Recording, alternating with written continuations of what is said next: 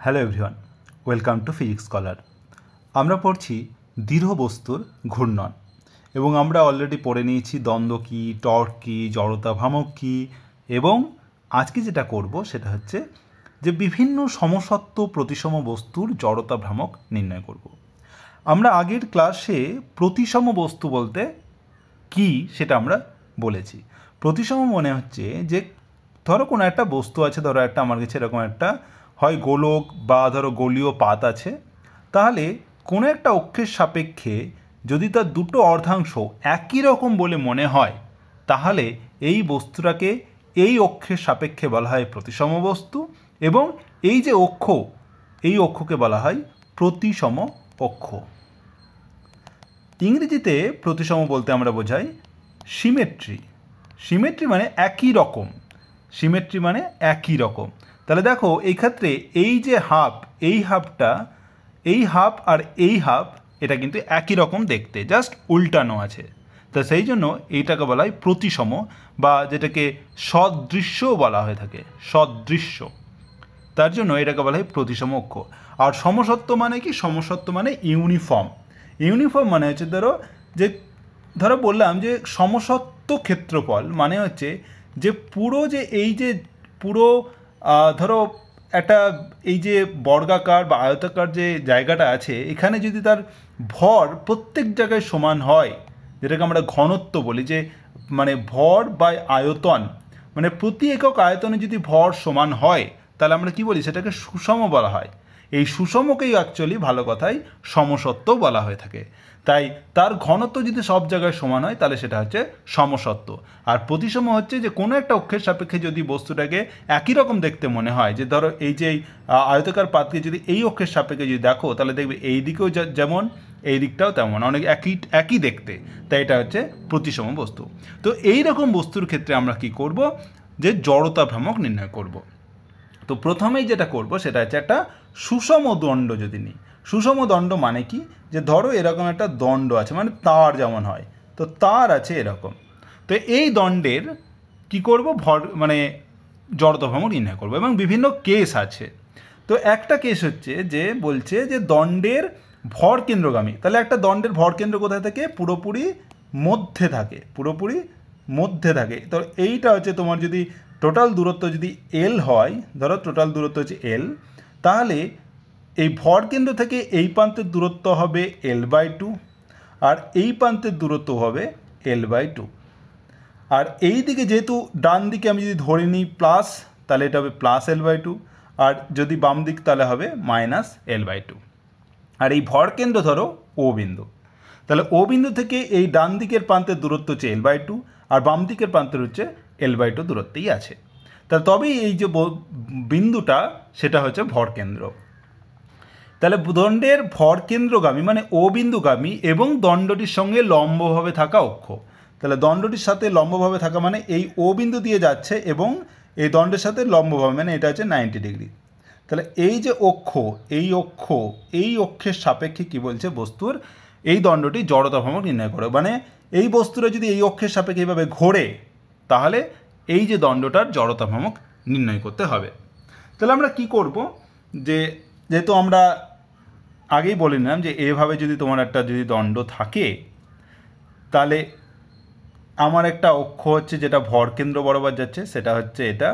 এই অক্ষ হচ্ছে ধরো আমি লিখে দিলাম সিডি অক্ষ, আর এটার সাপেক্ষে এটা হচ্ছে ঘুরছে, আর এইটা হচ্ছে তোমার হচ্ছে ভর কেন্দ্র হচ্ছে জি। এই দূরত্বটা হচ্ছে L/2, আর এই দূরত্বটা হচ্ছে -L/2। এবার আমি কি করব?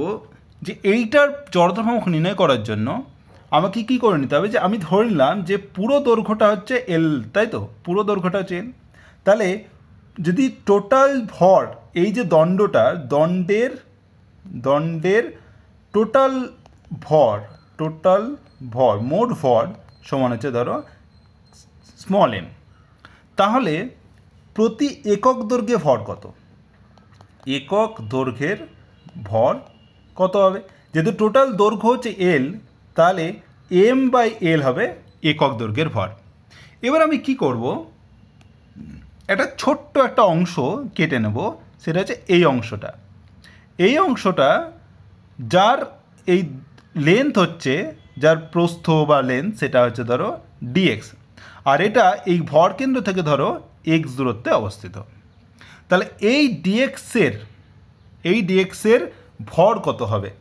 তাহলে এই ডিএক্স অংশটির ভর হবে, যেহেতু একক দৈর্ঘ্যের ভর হচ্ছে এম বাই এল, তাহলে ডিএক্স দৈর্ঘ্যের ভর কত?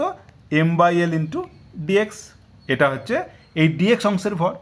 এবং এই ডিএক্স অংশ যখন এই সিডি অক্ষের মানে চারিদিকে ঘুরবে, তাহলে এই বরাবর ঘুরবে, তাহলে তার মানে জড়তা ভ্রামক কত হবে সেটা ধরো আই প্রাইম লিখলাম। তাহলে জড়তা ভ্রামক হয় ভর গণিত হচ্ছে, ভরকে আমি ধরলাম এম প্রাইম, এই ডিএক্স অংশের ভর গণিত হচ্ছে ওই অক্ষ থেকে তার দূরত্ব, সেটা হচ্ছে তোমার এখানে দেওয়া আছে এক্স, তার স্কোয়ার। তাহলে এম প্রাইম এক্স স্কোয়ার হচ্ছে এই সিডি অক্ষের সাপেক্ষে এই ডিএক্স অংশটির জড়তা ভ্রামক। এবার এম প্রাইম বার করেছি, এটা হচ্ছে তোমার এম প্রাইম। তাহলে এম প্রাইম হচ্ছে এম বাই এল ডিএক্স, আর এক্স স্কোয়ার হচ্ছে এইটা হচ্ছে তোমার হচ্ছে আই প্রাইম হচ্ছে এই যে ডিএক্স অংশটির জড়তা ভ্রামক যখন সিডি অক্ষের সাপেক্ষে ঘুরছে। তাহলে পুরো দণ্ডটির জড়তা ভ্রামক যদি বার করি, যে পুরো দণ্ডটির জড়তা ভ্রামক হবে আই সমান হবে, আমাকে কী করতে হবে? এই যে দণ্ডটার, তাহলে এইভাবে এই একটা অংশ ছিল ডিএক্স, তাহলে পুরো দণ্ডটাকে মানে এই ডিএক্স ডিএক্স ডিএক্স ডিএক্স করে পুরোটা কী করতে হবে? আমাকে কভার করতে হবে। তার মানে এই ডিএক্সটা হচ্ছে পুরো এই যে পুরো দৈর্ঘ্য -L/2 থেকে L/2 অবধি আমাকে ইন্টিগ্রেশন করতে হবে। তাই আইকে, তাহলে আমার যে গোটা দণ্ডটা জড়তা ভ্রামক বার করতে গেলে আমাকে এই যে ডিএক্স অংশের যে জড়তা ভ্রামক তাকে আমাকে ইন্টিগ্রেশন করতে হবে। তাহলে এইটা হবে ইন্টিগ্রেশন আই প্রাইম তোমার হচ্ছে, এটাই হচ্ছে গোটা বস্তুর জড়তা ভ্রামক কোথা থেকে কোথা -L/2 থেকে L/2 পুরো দৈর্ঘ্যে। এইটা যদি আমি বসাই তাহলে পাচ্ছি -L/2 থেকে L/2, এটা আমি আই প্রাইম বসিয়ে দাও m by l x square dx. দেখো এম বাই এল বাইরে চলে আসবে, আর ইন্টিগ্রেশন থাকবে এক্স স্কোয়ার ডিএক্স আর -L/2 L/2। তাহলে দেখো আমি পেয়ে গেলাম এম বাই এল আর এক্স স্কোয়ার ডিএক্স। এই ইন্টিগ্রেশন যদি করি এক্স স্কোয়ার ডিএক্স, তুমি জানো যে এক্সের মাথায় যেহেতু 2 আছে, তাহলে ওটা ইন্টিগ্রেশন করলে 3 হয়ে যাবে, কারণ 1 যোগ হয় আর নিচেও 3 চলে আসবে। তাহলে আমি পেলাম x³/3, আর এটাকে যেহেতু দুটো তোমার হচ্ছে সীমা আছে, নিম্ন সীমা হচ্ছে -L/2, ঊর্ধ্ব সীমা হচ্ছে L/2, তাহলে সেটা যদি বসিয়ে দাও এখানে তাহলে পেলাম এম বাই, আর যেখানে 3 আছে 3টা ধ্রুবক তাই এটা বাইরে চলে এলো, আর x³ বসবে, x³ প্রথমে বসবে ঊর্ধ্ব সীমা, তাহলে L/2, এক্সের জায়গায় L/2 বসিয়ে দাও তার কিউব মাইনাস নিম্ন সীমা, দেখো -L/2 তার কিউব। তাহলে এটা যদি করো তাহলে পাবে m/3l, আর এখানে দেখো মাইনাসের কিউ হয় মাইনাস, আর সেটা সামনে চলে এলে প্লাস, তাহলে L3/2 এর কিউ মানে হচ্ছে 8 প্লাস L3/8। তাহলে পেলাম m/3l গণিত হচ্ছে 2L3/8। তাহলে এখানে 2 4 কেটে গেল, 2 4 2 8, তাহলে পেলাম, আর একটা এল আছে এখানে L3 আছে, তাহলে হয়ে যাবে L², তাহলে ml², নিচে থাকলো 4 3 12, তাহলে 1/12 ml²। এইটা হচ্ছে একটা সুষম দণ্ড যদি নিই, একটা সুষম দণ্ডের যদি মাঝ বরাবর যে ভরকেন্দ্রগামী যে অক্ষ তার সাপেক্ষে যে ওই বস্তুটা যদি ঘুরতে থাকে, তাহলে তার আর এই দূরত্বটা যদি এল হয় আর ভর যদি এম হয়, তাহলে তার জড়তা ভ্রামক কত হবে? জড়তা ভ্রামক হবে 1/12 ml²। মানে এই যে এল টোটালটার সাথে যেটা স্কোয়ার করবে তার সাথে এম গুণ করবে আর 12 দিয়ে ভাগ করে দেবে, তাহলে এটা হচ্ছে তার জড়তা ভ্রামক। তাহলে জড়তা ভ্রামক একটি দণ্ডের যে ভরকেন্দ্রগামী এবং দণ্ডটির সাথে লম্বভাবে কোনো অক্ষের সাপেক্ষে জড়তার ভ্রামক হচ্ছে 1/12 ml²। এবার বলছে যে দণ্ডের প্রান্তবিন্দুগামী এবং দণ্ডের সাথে লম্বভাবে থাকা অক্ষ, মানে হচ্ছে যে ধরো তোমার এই দণ্ডটা হচ্ছে এটা এবং তোমার প্রান্তবিন্দুগামী, মানে হয় এইটা এই অক্ষ হতে পারে বা এই অক্ষ হতে পারে, এটা হচ্ছে তোমার প্রান্তবিন্দুগামী, যেহেতু এইটা বা এটা হচ্ছে প্রান্তবিন্দু এ বি, আর ভর কেন্দ্র ছিল জি, আর দণ্ডের সাথে লম্বভাবে থাকছে, মানে এটাও 90 ডিগ্রি এটাও 90 ডিগ্রি, মানে হয় এটা ধরো আমি সি প্রাইম ডি প্রাইম লিখলাম, এটা হতে পারে ই প্রাইম এফ প্রাইম ধরে লিখলাম। তাহলে হয় ই প্রাইম এফ প্রাইম অক্ষের সাপেক্ষে, মানে এইটা যদি এইভাবে ঘোরে তাহলে পরে তার জড়তা ভ্রামক কত হবে, বা বলছে যে এই সি প্রাইম ডি প্রাইমের সাথে যদি ঘোরে তাহলে পরে তার সেক্ষেত্রেও কিন্তু একই রকমই হবে, তাহলে সেটা কত হবে। তাহলে দেখো এক্ষেত্রে আমাকে আর কোনো ক্যালকুলেশন করতে হবে না, একটা সহজ জিনিস আমি যেটা কাজে লাগবো সেটা হচ্ছে সমান্তরাল অক্ষ উপপাদ্য। সমান্তরাল অক্ষ উপপাদ্য যেটা আমরা আগের ক্লাসে পড়েছি।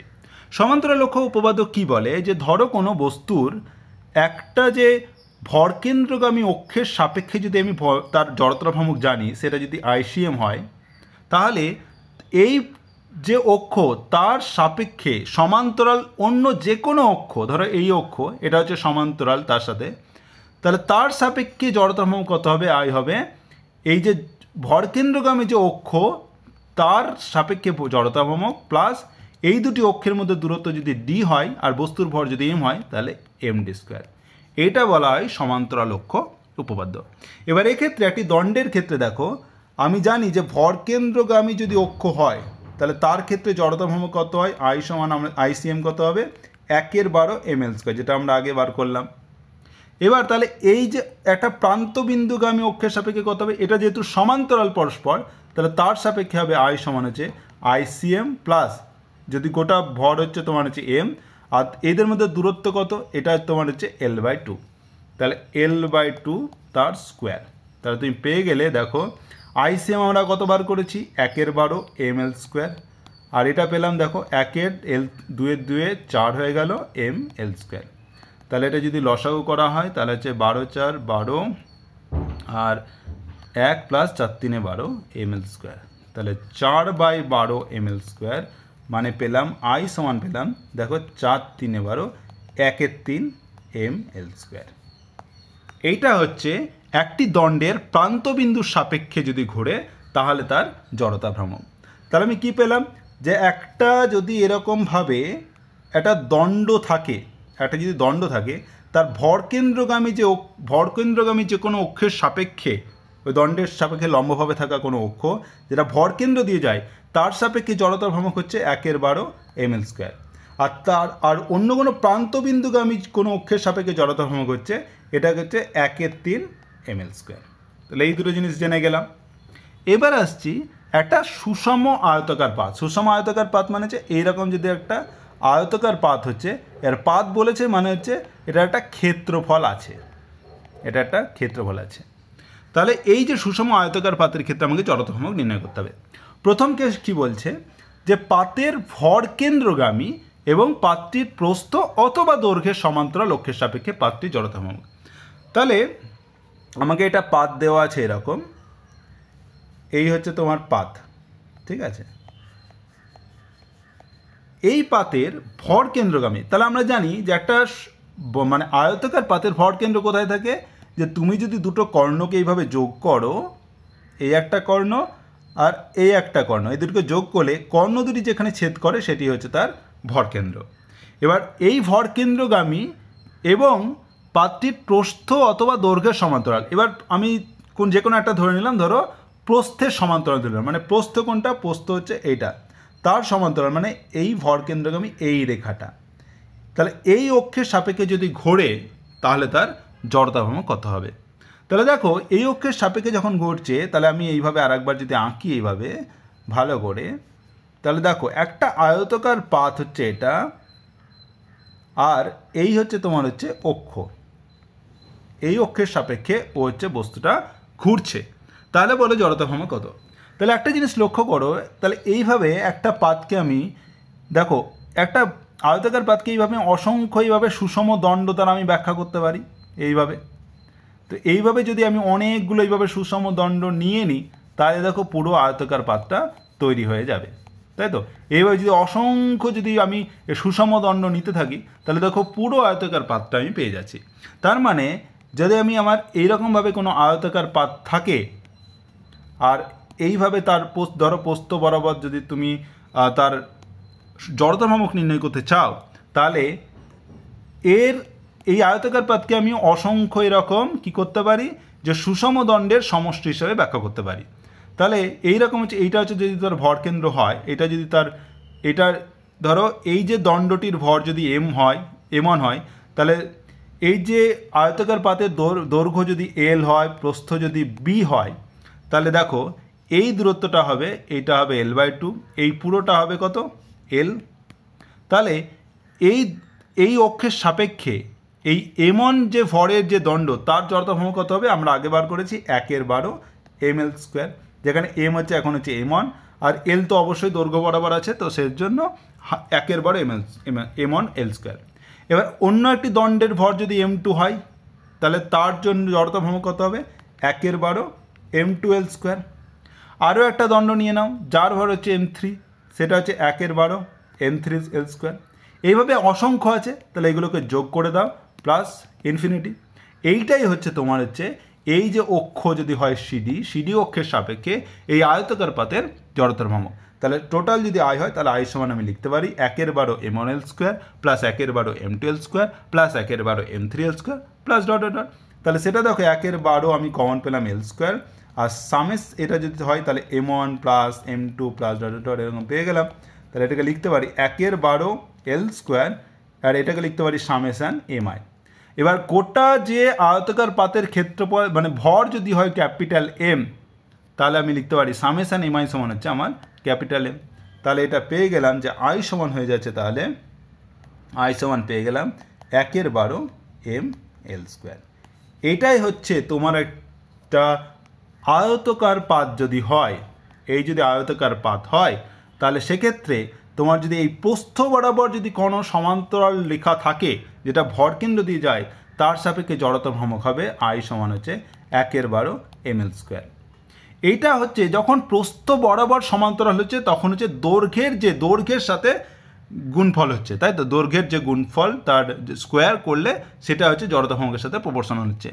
এবার যদি ধরো তোমার হচ্ছে এইরকম দেওয়া আছে, তোমার আয়তাকার পাত দেওয়া আছে এবং বলা হলো যে দৈর্ঘ্যের সাথে সমান্তরাল যদি হয়, মানে এই যদি অক্ষ হয় তার সাপেক্ষে যদি ঘোরে, তাহলে কী হবে, তাহলে এই দৈর্ঘ্য থেকে তাহলে এই দূরত্বটা তোমাকে হচ্ছে পরিমাপ করতে হবে। এইটা কত, এটা হচ্ছে তার প্রস্থ, তাহলে হবে 1/12 MB²।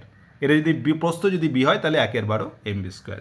তাহলে এইভাবে তুমি ভরকেন্দ্রগামী এবং প্রস্থ বা দৈর্ঘ্যের সমান্তরাল কোনো অক্ষের সাপেক্ষে তুমি কোনো একটা আয়তাকার পাতের জড়তার ভ্রামক নির্ণয় করতে পারবে। এবার বলছে পাতের ভরকেন্দ্রগামী এবং পাতটির তলের সাথে লম্বভাবে থাকা অক্ষের সাপেক্ষে জড়তা ভ্রামক। মানে তোমার পাত দেওয়া আছে, এরকম আয়তাকার পাতটা দেওয়া আছে, তাহলে এই হচ্ছে আয়তাকার পাত, ভরকেন্দ্র হচ্ছে এখানে জি, এবং পাতটির তলের সাথে লম্ব মানে হচ্ছে এইটা তোমার যদি একটা তলে থাকে তার সাথে লম্বভাবে, মানে এই উপরের দিকে যে যাচ্ছে এবং এইভাবে এই রকম যদি হয় অক্ষটা, তাহলে পরে এটা ঘুরবে এইভাবে, তাহলে তার ক্ষেত্রে এই অক্ষের সাপেক্ষে কী হবে, তোমাকে জড়তা ভ্রামক বার করতে হবে। এই ক্ষেত্রে আমি কি করব, আমি ব্যবহার করব লম্ব অক্ষ উপপাদ্য। লম্ব অক্ষ উপপাদ্য। লম্ব অক্ষ উপপাদ্য কি বলে, যদি ধরো কোনো একটা এরকম প্রতিসম বস্তু থাকে তাহলে তার মানে, এবং অবশ্যই দ্বিমাত্রিক হতে হবে, এটা আমরা আগে ক্লাসে পড়েছি যে দ্বিমাত্রিক যদি কোনো পাতের ক্ষেত্রে প্রতিসম বস্তুর ক্ষেত্রে যদি এই যে তলে এই বস্তুটা আছে সেই তলে দুটি যদি লম্ব অক্ষ এইভাবে নিয়ে নাও, যে একটা হচ্ছে এক্স আর ওয়াই, তাহলে এই দুটি অক্ষের সাপেক্ষে যে জড়তা ভ্রামক হবে, একটা হচ্ছে আই এক্স আর একটা আই ওয়াই, আর এই দুটি অক্ষের সাথে লম্বভাবে থাকা কোনো অক্ষ, ধরো জেড অক্ষ যদি হয় এটা, যেটা হচ্ছে তলের সাথে লম্বভাবে আছে, মানে এটা হচ্ছে তোমার 90 ডিগ্রি, তাহলে তার সাপেক্ষে যে জড়তা ভ্রামক আই জেড সেটা হবে এই যে তলের সাথে থাকা যে দুটি অক্ষ ছিল তাদের সাপেক্ষে জড়তা ভ্রামকের সমষ্টি। তাহলে আই জেড সমান ছিল I x plus I y, এইটা হচ্ছে লম্ব অক্ষ উপপাদ্য। এবার এক্ষেত্রেও দেখো যে তোমার এইটা যদি তোমার জেড অক্ষ হয়, তাহলে জেড অক্ষের সাপেক্ষে তোমাকে কী করতে হবে, জড়তা ভ্রামক বার করতে হবে, তাহলে আই জেড তোমাকে বার করতে হবে। এবার সেটা বার করতে গেলে দেখো যে তুমি ধরো এইটা যদি ধরো এক্স অ্যাক্সিস নিয়ে নাও এই বরাবর, আমি এটাকে ভালো করে আঁকছি যাতে তোমরা বুঝতে পারো যে এটাকে এইভাবে আঁকছি, এটা একটা আয়তকার এরকমভাবে রাখা আছে, একটু ঘুরিয়ে নেওয়া হলো আয়তকারটাকে, তাহলে এইটা তোমার যদি জেড অ্যাক্সিস হয়, এটা তোমার জেড অ্যাক্সিস, তাহলে এইটা হবে তোমার হচ্ছে এক্স অ্যাক্সিস যদি হয়, এটা হচ্ছে তোমার হচ্ছে প্রস্থের সমান্তরালে যদি এক্স অ্যাক্সিস হয়, আর দৈর্ঘ্যের সমান্তরালে যদি ওয়াই অ্যাক্সিস হয়, তাহলে দেখো যে এই ওয়াই অ্যাক্সিসের সাপেক্ষে কত হবে জড়তা ভ্রামক আমরা করেছি 1/12 m, আর এই দূরত্বটা কত, এটা হচ্ছে b, তাহলে 1/12 mb স্কোয়ার। আর এক্স অ্যাক্সিসের সাপেক্ষে জড়তা ভ্রামক কত হবে, আই অ্যাক্সিস সময় হচ্ছে এই দূরত্বটা কত, এটা হচ্ছে l, তাহলে হচ্ছে 1/12 ml স্কোয়ার। যে অক্ষের সাপেক্ষে তুমি জড়তা ভ্রামক বার করবে তাহলে তার সাথে যে লম্বভাবে থাকা দৈর্ঘ্য সেইটাই তোমাকে গুণ করতে হবে, ঠিক আছে। তাহলে আই এক্স পেয়ে গেলাম, আই ওয়াই পেলাম, তাহলে আই জেড কত হবে, যেহেতু জেড অ্যাক্সিস হচ্ছে এই এক্স আর ওয়াই এর সাথে লম্বভাবে আছে, আর এক্স ওয়াই যেহেতু এই আয়তাকার প্রতির সব তলেই আছে, তাই জেড অক্ষ হচ্ছে এই এক্স ওয়াইয়ের সাথে মানে এই আয়তাকার পাতের সাথে লম্বভাবে আছে, তাই জেড অক্ষের সাথে হবে আই জেড হবে কী হবে, এই I x plus I y, এটাই হচ্ছে লম্ব অক্ষ উপপাদ্য। তাহলে যোগ করে দাও, তাহলে 1/12 m l square plus 1/12 m b square, এইটাই হচ্ছে তোমার জেড অ্যাক্সিসের সাপেক্ষে এই যে আয়তাকার পাতের জড়তা ভ্রামক। সেটা তুমি লিখতে পারো 1/12 m l square plus b square. এটা হচ্ছে তোমার একটা আয়তাকার পাতের জড়তা ভ্রামক, কোনো একটা ভরকেন্দ্রগামী কিন্তু তলের সাথে লম্বভাবে থাকছে। এবার ধরো এটা যদি আয়তাকার না হয়ে বর্গাকার হতো, এটা যদি বর্গাকার হতো, তাহলে এই যদি ধরো এই এক্স অ্যাক্সিসের সাপেক্ষে মানে এই প্রস্থের সাথে সমান্তরাল কোনো অক্ষের সাপেক্ষে কত হতো, এটা তোমার এ যদি হয় তাহলে 1/12 এম স্কোয়ার। সেরকম এই দৈর্ঘ্যের সাথে যেহেতু দৈর্ঘ্য প্রস্থ সমান, তাহলে এটার সাপেক্ষে হচ্ছে এটাও এ, তাহলে এটাও হবে 1/12 এম স্কোয়ার। আর জেড অ্যাক্সিস মানে হচ্ছে তোমার যদি এরকম যদি তোমার বর্গাকার পাত হয়, তাহলে পরে এই যে তার সাথে এই পাতের সাথে লম্বভাবে থাকা কোনো অক্ষ ভরকেন্দ্রগামী তার সাপেক্ষে হবে আই জেড সমান হচ্ছে এই দুটো যোগ হয়ে যাবে I x plus I Y, তাহলে পাবে তুমি 1/6 এম স্কোয়ার। এটাও কিন্তু তোমার অনেক সময় পরীক্ষায় দিতে পারে। এবার আসছি সমবাহু ত্রিভুজাকৃতি পাত, মানে একটা যদি ধরো এরকম যদি ত্রিভুজ থাকে সমবাহু ত্রিভুজ, তাহলে সমবাহু ত্রিভুজের কী হয়, সমবাহু মানে প্রত্যেকটা বাহু সমান, তাহলে এটাও এ, এটাও এ, আর এটাও এ, তাহলে এটা হচ্ছে সমবাহু ত্রিভুজ। আর সমবাহু ত্রিভুজের আরেকটি গুণ হচ্ছে এই প্রত্যেকটা অ্যাঙ্গেল হচ্ছে 60 ডিগ্রি, প্রত্যেকটা অ্যাঙ্গেল হচ্ছে কোণ হচ্ছে 60 ডিগ্রি, দুটি বাহুর মধ্যে মধ্যবর্তী কোণ কি 60 ডিগ্রি। এটা হচ্ছে একটা সমবাহু ত্রিভুজ। আর সমবাহু ত্রিভুজের ক্ষেত্রে ক্ষেত্রফল কত হয় এটাও তোমাদের কাজে লাগবে, সেটা হচ্ছে যে বাহু যদি এ হয় তাহলে ক্ষেত্রফল হচ্ছে 3/4 এ স্কোয়ার, √3/4 √3/4 এ স্কোয়ার। এটা হচ্ছে একটা সমবাহু ত্রিভুজের ক্ষেত্রফল। কি চাইছে যে পাতের ভর কেন্দ্র, তাহলে ত্রিভুজাকার পাত একটা ত্রিভুজের ক্ষেত্রে ভর কেন্দ্র কোথায় থাকে, তা ত্রিভুজের ক্ষেত্রে ভর কেন্দ্র কোথায় থাকে, যে তিনটি যে মধ্যমার ছেদবিন্দুই হচ্ছে একটি ত্রিভুজের কি ভর কেন্দ্র। তাহলে মধ্যমা বলতে কি বোঝায়, যে কোনো একটা কর্নার থেকে কোনো একটা কৌণিক বিন্দু থেকে তুমি যদি অন্য বাহুর ওপর এটাকে যদি সমদ্বিখণ্ডিত করে, তাহলে এইটা একটা তোমার মধ্যমা হলো, আর একটা মধ্যমা হচ্ছে এইটা হলো, আর একটা মধ্যমা তোমার হচ্ছে এইটা হলো। তাহলে এই যে তিনটে বিন্দু যেখানে তিনটে মধ্যমা যেখানে ছেদ করলো, এইটাই হচ্ছে তার ভরকেন্দ্র জি। তাহলে বলে এই ভরকেন্দ্র এবং যে কোনো কৌণিক বিন্দু, ধরো এই যে কৌণিক বিন্দু, এই কৌণিক বিন্দুর মধ্যে দিয়ে যাওয়া অক্ষ মানে এই যে অক্ষ, এইটার সাপেক্ষে যদি এটা ঘোরে তাহলে তার জড়তা ভ্রামক করতে হবে। দেখো এই অক্ষের সাপেক্ষে কিন্তু এই বস্তুটা কিন্তু প্রতিসম, মানে এই দিকটা যেরকম লাগছে এই দিকটাও কিন্তু সেরকম একই রকম দেখতে লাগছে, তাই এটা কিন্তু প্রতিসম। এই অক্ষটা হচ্ছে একটা প্রতিসম অক্ষ। এবার দেখো কি করে আমরা করব, যে যদি ধরো এরকম ত্রিভুজাকৃতি থাকে তাহলে তার ক্ষেত্রে আমি জড়তা ভ্রামক কী করে বার করব। আমি একটা সহজ করে নিতে পারি, যে যেহেতু এই একটা কৌণিক বিন্দুকে আমি মূল বিন্দু ধরে নিলাম, তাহলে ধরো আমি এটাকে উল্টে দিলাম ত্রিভুজটাকে এরকমভাবে, এই হচ্ছে তোমার হচ্ছে ত্রিভুজটা আছে ধরো, ঠিক আছে। আর এটাকে আমি ধরে নিলাম এইটা হচ্ছে তোমার হচ্ছে এক্স অ্যাক্সিস, আর এইটা হচ্ছে তোমার হচ্ছে ওয়াই অ্যাক্সিস। তাহলে আমি কি করলাম, ত্রিভুজের যে কৌণিক বিন্দু সেটাকে আমি ও বিন্দু করে নিলাম, যার স্থানাঙ্ক হচ্ছে 0 0। ওকে, এই ছবিটা একটু আঁকা আমার খুব একটা প্রতিসম লাগছে না দেখে, আমি একটু ভালো করে এঁকে নিই। তো এই হচ্ছে তোমার আর একটু যাবে, হ্যাঁ এবার ঠিক আছে। এই হচ্ছে তোমার হচ্ছে তাও হলো না, এইভাবে এইটা হচ্ছে তোমার ত্রিভুজটা এঁকে নিলাম। এবার বলছে তাহলে ভর কেন্দ্র কোথায় আছে, ভর কেন্দ্র ধরো কোনো একটা জায়গায়, এই জায়গাটাই থাকবে হচ্ছে ভর কেন্দ্র, যেখানে তিনটি মধ্যমা ছেদ করছে। এবার দেখো যে আমি এই ত্রিভুজের এই অক্ষ যে ওয়াই অক্ষের সাপেক্ষে আমাকে কী করতে হবে, জড়তা ভ্রামক বার করতে হবে, কারণ এটা হচ্ছে ভরকেন্দ্রগামী এবং এই কোনো একটা কৌণিক বিন্দুগামী। তাহলে এর সাপেক্ষে যদি গোটা ত্রিভুজের ভরকেন্দ্র বার করতে হয়, আমি একটা ছোট্ট অংশ কেটে নেব। সেটা হচ্ছে ধরো এই ভরকেন্দ্র থেকে ধরো এইখানে একটা ছোট্ট একটা, যাতে এই জায়গাটা আমি অলমোস্ট সমান্তরাল ধরতে পারি। তাহলে পরে এইরকম হচ্ছে একটা কি কেটে নিলাম, একটা হচ্ছে অংশ আমি নিলাম। তাহলে যার এই যে অক্ষ থেকে দূরত্ব হচ্ছে এক্স, টোটাল দূরত্ব হচ্ছে এক্স, আর এর যে বেধ সেটা ধরো হচ্ছে ডিওয়াই, যেহেতু ওয়াই অক্ষ বরাবর আছে, আর সেটা এই এক্স অ্যাক্সিস থেকে কতটা দূর আছে, সেটা হচ্ছে ওয়াই। তাহলে এই দূরত্বটা হচ্ছে এক্স, আর এই দূরত্ব হচ্ছে উপরের দিকে হচ্ছে ওয়াই। এই দূরত্ব মানে এই যে প্রান্তবিন্দু তার স্থানাঙ্ক হচ্ছে এক্স ওয়াই, আর এই ভরকেন্দ্রের স্থানাঙ্ক ধরো হচ্ছে তোমার হচ্ছে 0 ওয়াই। তাহলে এই হচ্ছে তোমার যে একটা ছোট্ট অংশ। এবার একটা ত্রিভুজের ক্ষেত্রে ক্ষেত্রফল হচ্ছে √3/4 a স্কোয়ার। তাহলে টোটাল ভর যদি ধরো এম হয়, তাহলে প্রতি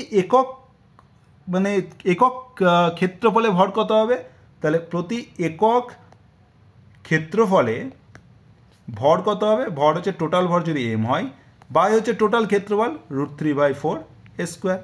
তাহলে প্রতি একক ক্ষেত্রফলে ভর হচ্ছে, সেটাকে আমি ধরুন রো ধরলাম, তাহলে পেয়ে গেলাম যে 4m/√3 a স্কোয়ার। এইটা হচ্ছে প্রতি একক ক্ষেত্রফলে ভর। তাহলে এই যে ছোট একটা অংশ কেটে নিয়েছিলাম তার ক্ষেত্রফল কত, দেখো তার দৈর্ঘ্য হচ্ছে এক্স আর প্রস্থ হচ্ছে ডিওয়াই। তাহলে ক্ষেত্রফল কত, তাহলে ওই যে ছোট অংশটির ক্ষেত্রফল কত, ক্ষেত্রফল হচ্ছে কত, এক্স ডিওয়াই। তাহলে অংশটির ভর কত হবে, তাহলে একক ক্ষেত্রফলে ভর হচ্ছে 4m মানে যেটা রো বলছি সেটা হচ্ছে একক ক্ষেত্রফলে ভর। তাহলে এক্স ডিওয়াই ক্ষেত্রফলের জন্য গুণ হয়ে যাবে ρx ডিওয়াই। এইটা হচ্ছে ওই ছোট্ট অংশটির ভর। এবার দেখো আমার অক্ষটা আছে এই আর অংশটা হচ্ছে এই, তাহলে এই সাপেক্ষে এইভাবে ঘুরছে, মানে একটি দণ্ড যদি নিই, একটি দণ্ডের প্রান্তবিন্দুগামী কোনো একটা অক্ষের সাপেক্ষে যদি ঘুরছে, তাহলে আমরা আগে বার করেছি একটা দণ্ডের প্রান্তবিন্দুগামী এবং লম্বভাবে থাকা কোনো অক্ষের সাপেক্ষে জড়তা ভ্রামক হচ্ছে 1/3। টোটাল ভর যদি হয় m প্রাইম ইন্টু এই দৈর্ঘ্যটা, সেটা হচ্ছে l স্কোয়ার হয়, আমরা জানি। এবার তাহলে সেইটাই, তাহলে দৈর্ঘ্য এখানে হচ্ছে তোমার হচ্ছে টোটাল দৈর্ঘ্য কত, এক্স, তাহলে এটা হয়ে যাবে 1/3 m প্রাইম এক্স স্কোয়ার, আর m প্রাইম হচ্ছে আমরা বার করেছি হচ্ছে ρx ডিওয়াই। তাহলে ওই ছোট্ট অংশটি জড়তা ভ্রামক আই প্রাইম কত হবে, আই প্রাইম হচ্ছে 1/3 m হচ্ছে ρx dy into x square, তার মানে হচ্ছে 1/3 ρx³ ডিওয়াই। এটা হচ্ছে ওই ছোট্ট অংশটির জড়তা ভ্রামক। এবার দেখো এখানে এক্স আছে আবার ওয়াইও আছে, যদি দুটোই থাকে আমার কিন্তু মুশকিল আছে। আমাকে কি করতে হবে, হয় এক্সকে ওয়াইয়ে নিয়ে যেতে হবে বা ওয়াইকে এক্সে। এখানে দেখো ডিওয়াই আছে, ডিওয়াইকে যদি কোনো রকমভাবে ডিএক্সের সাপেক্ষে লিখতে পারি, তাহলে কিন্তু আরামসে আমি কিন্তু কোনো একটা ইন্টিগ্রেশন করতে পারবো। আমি এবার দেখো এই ছোট্ট অংশের জড়তা ভ্রামক কত হচ্ছে আই প্রাইম। তাহলে এটাকে যদি এই পুরো এই অংশটার জড়তা ভ্রামক যদি বার করতে চাই, এই পুরো অংশটার, তাহলে আমি কী করতে হবে, যে আমাকে পুরো এখান থেকে, ওকে তার আগে আমি একটা জিনিস করে নিই আগে, যে এক্স আর ওয়াইকে রূপান্তর করে নিই যে কোনো একটাতে। তো দেখো তুমি এই ছিল তোমার হচ্ছে জি, এটা ধরো আমি বিন্দু বললাম ধরো ই, আর এটা ছিল তোমার এ। তাহলে এই যে তোমার যে দৈর্ঘ্য আর এর স্থানাঙ্ক আমি বলেছি এক্স ওয়াই। তাহলে এই তোমার হচ্ছে এইটা যদি থিটা হয়, তাহলে এইটা যদি তোমার থিটা হয় কোনো একটা অ্যাঙ্গেল, তাহলে এইটাও হবে থিটা। আর এটা বলেছি এক্স, এই দূরত্ব হচ্ছে ওয়াই, তাহলে ট্যান থিটা সমান হবে এক্স লম্ব বাই ভূমি, তাহলে x/y। এবার আমি জানি যে সমবাহু ত্রিভুজের ক্ষেত্রে এই পুরো কোণটা হচ্ছে 60 ডিগ্রি, তাহলে এই অর্ধেক কোণ হবে 30 ডিগ্রি, তার মানে এই কোণটাও হবে 30 ডিগ্রি, মানে এখানে থিটা হচ্ছে 30 ডিগ্রি। তাহলে ট্যান 30 ডিগ্রি হচ্ছে x/y, আর ট্যান 30 ডিগ্রি মানে 1/√3। তাহলে আমি পেয়ে গেলাম, দেখো y সমান হচ্ছে √3x, তাহলে দুই দিকে যদি ডেরিভেটিভ করি তাহলে dy সমান হচ্ছে √3 dx। তাহলে আমি এই dy এর জায়গায় আমি এটা বসিয়ে দিলাম, তাহলে পেয়ে যাব 1/3 রো এক্স কিউ ডিওয়াই জায়গায় √3 ডিএক্স। তাহলে দেখো 1/√3 রো এক্স কিউ ডিএক্স। দেখো আমি এ ওয়াইকে এক্সে কনভার্ট করে নিলাম যাতে আমাদের ইন্টিগ্রেশন করতে সুবিধা হয়। তাহলে এই যে পুরো অংশটার এই হাফ অংশ যেটা, এটার জড়তা ভ্রামক যদি বার করতে চাই তাহলে আমি কী করতে হবে, যে এক্সের ইন্টিগ্রেশন করতে হবে। মানে এক্স কত থেকে কত আছে, এখানে আছে এক্স হচ্ছে 0, এখানে এক্স হচ্ছে a/2, কারণ এইটা হচ্ছে টোটালটা হচ্ছে এ, এইটা হচ্ছে a/2। তাহলে 0 থেকে a/2 আমাকে ইন্টিগ্রেশন করতে হবে। তাহলে যদি আমি ইন্টিগ্রেশন করি তাহলে I1 হচ্ছে 1/√3 rho integration 0 to a/2 x cube dx.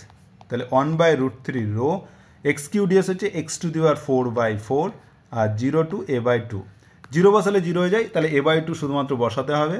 তাহলে 1/√3 রো আর একটা 4 চলে এলো আর 4টা নিচে গেলো, আর এটা x⁴ এর জায়গায় a/2 এর 4 করতে হবে, তাহলে a/2 to the power 4। তাহলে দেখো রো বাই 4√3 গণিত হচ্ছে a⁴/2 to the 4 মানে হচ্ছে 16। এটা হলো তোমার I1, মানে হচ্ছে এই অর্ধেক ত্রিভুজের জড়তা ভ্রামক। তাহলে যেহেতু এটা প্রতিসম, তাই পুরো ত্রিভুজের মানে জড়তা ভ্রামক হবে 2, মানে দ্বিগুণ হবে। তাহলে সেটা হবে, তাহলে পুরো ত্রিভুজের যে জড়তা ভ্রামক সেটা হবে I সমান হচ্ছে 2I1 হয়ে যাবে। তাহলে আমি পেয়ে গেলাম 2 গণিত I1 হচ্ছে রো বাই 4√3 ইন্টু a⁴/16। এবার রো কত পেয়েছি, রো দেখো আমি আগে বার করেছি, রো হচ্ছে 4m/√3 স্কোয়ার। 4m/√3 রো সমান হচ্ছে 4m/√3 স্কোয়ার। এটা আমরা বসিয়ে দেব। তাহলে হচ্ছে দেখো 2/4√3 ইন্টু a⁴/16 গণিত হচ্ছে রো হচ্ছে 4m/√3 স্কোয়ার। দেখো স্কোয়ার a⁴, মানে কি পড়ে থাকবে, স্কোয়ার পড়ে থাকবে। তাহলে স্কোয়ার পড়ে থাকলো আর এম পড়ে থাকলো m স্কোয়ার। আর এখানে দেখো 4 কেটে গেল, আর 2 8 দিয়ে 16 আর √3 3, তাহলে 8 3 24, তাহলে 1/24 m স্কোয়ার। এইটা হবে একটা ত্রিভুজের কোন একটা ভরকেন্দ্রগামী এবং একটি কৌণিক বিন্দুগামী যে অক্ষ, মানে একটা ত্রিভুজের কোন এক যে ভরকেন্দ্র এবং কোন একটা কৌণিক বিন্দুর যে মানে অন্তর্গত মধ্যবর্তী যে রেখা বা অক্ষ, তার সাপেক্ষে একটি ত্রিভুজের জড়তা ভ্রামক হচ্ছে 1/24 m স্কোয়ার, যেখানে m হচ্ছে ওই ত্রিভুজাকার পাতের ভর আর এ হচ্ছে কোনো একটা বাহুর দৈর্ঘ্য। তাহলে 1/24 m স্কোয়ার হচ্ছে তার জড়তা ভ্রামক। এবার আসছি একটা বৃত্তাকার রিং মানে ধরো আমরা চুড়ি পরি, মেয়েরা চুড়ি পরে, বা ধরো বিভিন্ন রিং হয়, সেইগুলো হচ্ছে এরকম দেখতে হয়, যার শুধুমাত্র ভর থাকে এই পরিধি বরাবর, মানে ভিতরে কোনো ভর থাকে না, খালি থাকে, শূন্য থাকে, তাই তো? তাহলে সেটা হচ্ছে বৃত্তাকার রিং। তাহলে তার জড়তা ভ্রামক আমি বার করব। প্রথম কেস কি বলছে, যে রিংয়ের তলের সঙ্গে লম্বভাবে থাকা এবং রিংটির কেন্দ্রগামী অক্ষের সাপেক্ষে জড়তা ভ্রামক।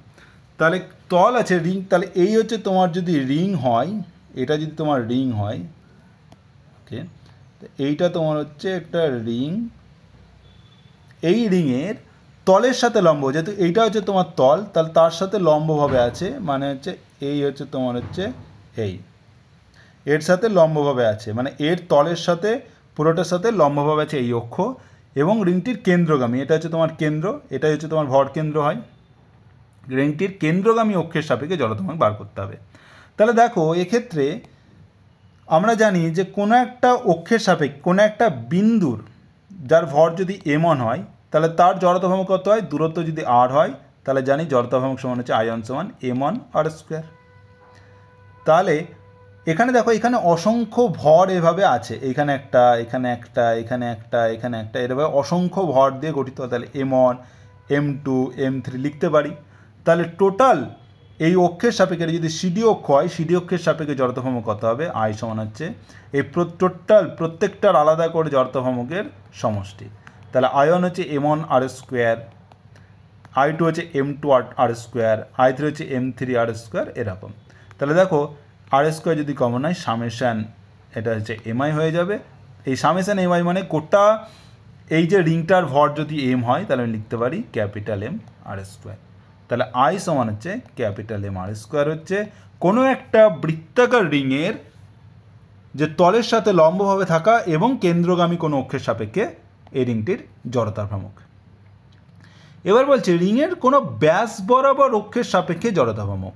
তাহলে এই তোমার যদি তোমার রিংটা যদি এটা হয় আর কোনো একটা ব্যাস ধরো এটা, বা ধরো আমি এটাও বলতে পারি কোনো একটা ব্যাস হচ্ছে এটা, তাহলে এই ব্যাসটা কি কেন্দ্রবিন্দুগামী অবশ্যই হতে হবে। এই ব্যাস বরাবর কোনো অক্ষের সাপেক্ষে জড়তা ভ্রামক। তাহলে দেখো যে এরকম যদি হয় তাহলে এইটা যদি তোমার এক্স অ্যাক্সিস নিয়ে নাও আর তার সাথে লম্বভাবে থাকা এইভাবে তুমি যদি একটা ওয়াই অ্যাক্সিস নিয়ে নাও, তাহলে এইটাকে তুমি যদি ওকে এটাকে আমি নিলাম আমি এক্স আর এটাকে নিলাম ধরো আমি ওয়াই নিলাম। তাহলে যেহেতু এটা প্রতিসম বস্তু তাহলে সেক্ষেত্রে আই এক্স আর আই ওয়াই সমান হবে, যেহেতু একই রকম বস্তু। তাহলে এর সাথে লম্বভাবে থাকা কোনো একটা অক্ষ সেটা হচ্ছে জেড, সেটা হবে জেড অক্সিস। তাহলে আই জেড সমান হবে লম্ব অক্ষ উপপাদ্য অনুসারে I x plus I Y. তাহলে আই জেড সমান হচ্ছে I x plus I Y. এবার আই জেড আমরা আগেই বার করেছি, সেটা হচ্ছে যে একটা রিংয়ের ক্ষেত্রে এ লম্বভাবে থাকা কেন্দ্রবিন্দুগামী যদি অক্ষের সাপেক্ষে জড়তা ভ্রামক সেটা যদি আই জেড হয়, সেটা আমি বার করেছি এম আর স্কোয়ার, যেখানে ওকে আর হচ্ছে ব্যাসার্ধ, এম হচ্ছে ভর। আর আই এক্স আর আই ওয়াই যদি সমান হয় তাহলে সেক্ষেত্রে আমি লিখতে পারি আই এক্স আর আই ওয়াই সমান, তাহলে 2 লিখতে পারি। আর আই জেড সমান পেয়ে গেছি এম আর স্কোয়ার, তাহলে আই এক্স 2 সমান হচ্ছে এম আর স্কোয়ার, তাহলে আই এক্স সমান হবে এম আর স্কোয়ার বাই 2। তাহলে দেখো এক্স অ্যাক্সিসের সাপেক্ষে হচ্ছে এম আর স্কোয়ার বাই 2 আর ওয়াই অক্ষের সাপেক্ষেও হবে, যেহেতু এটা সমান তাহলে এম আর স্কোয়ার বাই 2। তাহলে কোনো একটি রিংয়ের একটা বৃত্তাকার রিং যদি থাকে তাহলে কোনো একটা ব্যাস বরাবর এই ব্যাস বরাবর তার কোনো একটা ব্যাস বরাবর কী হবে, জড়তা ভ্রামক হবে এম আর স্কোয়ার বাই 2 আর এর সাথে কেন্দ্রবিন্দুগামী কিন্তু লম্বভাবে থাকা কোনো অক্ষের সাপেক্ষে তার জড়তা ভ্রামক হবে এম আর স্কোয়ার। এটা হলো একটা বৃত্তাকার পাত, বৃত্তাকার রিং। এবার আমি একটা বৃত্তাকার চাকতি যদি হয়, বৃত্তাকার চাকতি মানে ধরো একটা কয়েন যদি থাকে এরকম, যার মানে গোটাটাতেই যদি ভর থাকে, পুরো ক্ষেত্রফল যদি ভর থাকে, শুধুমাত্র পরিধিতে থাকলে সেটা হচ্ছে বৃত্তাকার রিং, আর যদি পুরো ক্ষেত্রফলেই যদি ভর থাকে তাহলে সেটা হচ্ছে বৃত্তাকার চাকতি। এবং তার ক্ষেত্রে আমাকে কী করতে হবে, জড়তা ভ্রামক বার করতে হবে। তাহলে প্রথমে আসছি যে চাকতির তলের সঙ্গে লম্বভাবে থাকা, মানে তোমার চাকতি হচ্ছে এটা, এই চাকতির সাথে লম্বভাবে থাকা এবং কেন্দ্রবিন্দুগামী, কেন্দ্রবিন্দু হচ্ছে এটা, আর লম্বভাবে থাকা মানে এই যে অক্ষটা যেটা হচ্ছে এর সাথে লম্বভাবে থাকছে তার সাপেক্ষে যদি ঘোরে তাহলে জড়তা ভ্রামক কত হবে। তাহলে এই ক্ষেত্রে আমি কি করব, এক্ষেত্রে আমি একটা ধরে নিলাম যে তাহলে এই যে এর ব্যাসার্ধ, টোটাল ব্যাসার্ধ যদি আর হয় আর ভর যদি এম হয়, তাহলে টোটাল ক্ষেত্রফল কত, টোটাল ক্ষেত্রফল হচ্ছে পাই আর স্কোয়ার। তাহলে একক ক্ষেত্রফলের ভর কত হবে, একক ক্ষেত্রফলের ভর হচ্ছে, টোটাল ভর যদি এম হয় তাহলে একক ক্ষেত্রফলের ভর হচ্ছে m by pi r square. তাহলে এটাকে যদি রো লিখি তাহলে এম বাই রো সমান হচ্ছে m by pi r square. এটা হচ্ছে একক ক্ষেত্রফলের ভর এই চাকতিটি। আমি এবার কি করব, একটা ছোট্ট অংশ কেটে নেব, সেটা হচ্ছে ধরো এই মূলবিন্দু থেকে একটা কোনো একটা দূরত্বে আমার হচ্ছে এরকম একটা অংশ আছে, যার একটা যেটা দূরত্ব ধরো আমি ধরে নিলাম এটা হচ্ছে এক্স দূরত্বে আছে এবং এর যে উইথ এবং এটা একটা স্মল উইথ আছে, যে ব্যাস মানে তোমার হচ্ছে প্রস্থ আছে, এই উইথটা হচ্ছে ধরো ডিএক্স। তাহলে এই যে একটা রিং কেটে নিলাম অ্যাকচুয়ালি রিং টাইপের, যার একটা উইথ আছে ডিএক্স আর দৈর্ঘ্য হচ্ছে মূলবিন্দু থেকে দূরত্ব হচ্ছে এক্স। তাহলে দেখো এক্ষেত্রে এই যে এই রকম একটা জিনিস পেলাম আর এটা আমি কেটে নিলাম, এর এইটা হচ্ছে তোমার ডিএক্স আর মূলবিন্দু থেকে দূরত্ব কত হচ্ছে এক্স। তাহলে এই ডিএক্সের এই গোটাটার এই বরাবর তার ক্ষেত্রফল আমাকে বার করতে হবে। তাহলে এর ক্ষেত্রফল হচ্ছে, এর ক্ষেত্রফল কত হবে, যেহেতু এই দূরত্বটা হচ্ছে এক্স তাহলে কোটো পরিধির হবে 2πx, এটা হচ্ছে এই বৃত্তের পরিধি, গণিত হচ্ছে তার যে বেধ সেটা হচ্ছে তোমার হচ্ছে ডিএক্স। তাহলে এই অংশের ক্ষেত্রফল হচ্ছে 2πx dx। তাহলে এর ক্ষেত্রফল পেয়ে গেলাম। তাহলে এর ভর কত হবে? ভর যদি এম প্রাইম লিখি সেটা হবে ক্ষেত্রফল গণিত হচ্ছে একক ক্ষেত্রফলের ভর হচ্ছে রো, তাহলে রো ইন্টু হচ্ছে 2πx dx। তাহলে এম প্রাইম পেয়ে গেলাম আমি রো ইন্টু 2πx dx। তাহলে এবার এই অক্ষের সাপেক্ষে যদি ঘোরে তাহলে পরে তার কী হবে? জড়তা ভ্রামক কত হবে? আই প্রাইম হবে, যে টোটাল ভর এম প্রাইম আর দূরত্ব কত এক্স তার স্কোয়ার, তাহলে এম প্রাইম এক্স স্কোয়ার। তাহলে এম প্রাইম হচ্ছে rho 2πx dx into x square, তার মানে হচ্ছে rho into 2πx cube dx। আর তাহলে গোটা চাকতিটির জড়তা ভ্রামক কত হবে? আই সমান ইন্টিগ্রেশন আই প্রাইম, সেটা হবে integration rho 2πx cube dx। আর কোথা থেকে কোথা? তাহলে এক্সটা কোথা থেকে? 0 থেকে শুরু করে পুরো ব্যাসার্ধ আর অবধি যাবে, তাই 0 to r হবে। তাহলে এটা পেয়ে গেলাম রো 2π বাইরে চলে গেল, integration 0 to r x cube dx। তাহলে আমি যদি বসাই তাহলে 2π রো আর এক্স কিউ যদি আমি ইন্টিগ্রেশন করি তাহলে এক্স টু দি পাওয়ার 4/4, এটা বসা গেলে 0 to r। 0 বসালে 0 হয়ে যায়, শুধুমাত্র r বসালেই হয়ে যাবে। তাহলে 2π রো বাই 4 ইন্টু হচ্ছে r টু দি পাওয়ার 4। তাহলে দেখো 2 কেটে গেল, তাহলে পেলাম pi rho r to the power 4/2। এবার রো বসিয়ে দেবো, রো আমি পেয়েছি রো হচ্ছে m/π/r²। তাহলে পেলাম pi rho okay r to the power 4/2, এটা হচ্ছে m/π/r²। তাহলে দেখো পাই কেটে গেল, এক r² ছিল r টু দি পাওয়ার 4 ছিল, তাহলে r² হয়ে যাবে, তাহলে 1/2 m/r²। তাহলে একটা চাকতি যদি থাকে, এই একটা চাকতি যার এরকম ক্ষেত্রফল আছে গোটাটাতে, তার মূলবিন্দুগামী যে কেন্দ্রগামী কিন্তু লম্বভাবে থাকা কোনো অক্ষের সাপেক্ষে জড়তা ভ্রামক কত হবে? 1/2 m/r²। এটা হচ্ছে একটা বৃত্তাকার চাকতির ক্ষেত্রে। এবার চাকতির যদি কোনো ব্যাস বরাবর অক্ষের সাপেক্ষে যদি বার করতে বলে, ধরো চাকতিটা আছে এরকম এবং কোনো একটা ব্যাস ধরো এটা, এর সাপেক্ষে যদি জড়তা ভ্রামক মানে এই অক্ষের সাপেক্ষে ধরো এইভাবে ঘুরছে, তাহলে তার জড়তা ভ্রামক কত হবে?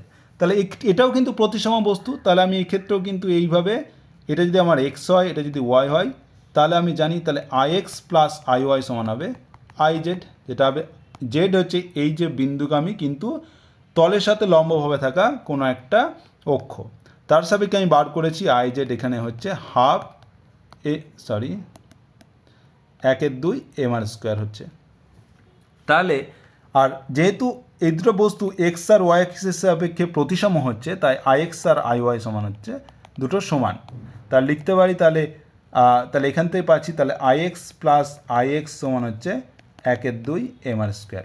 তাহলে 2ix সমান হচ্ছে 1/2 m/r², তাহলে আইএক্স সমান হচ্ছে 1/4 m/r²।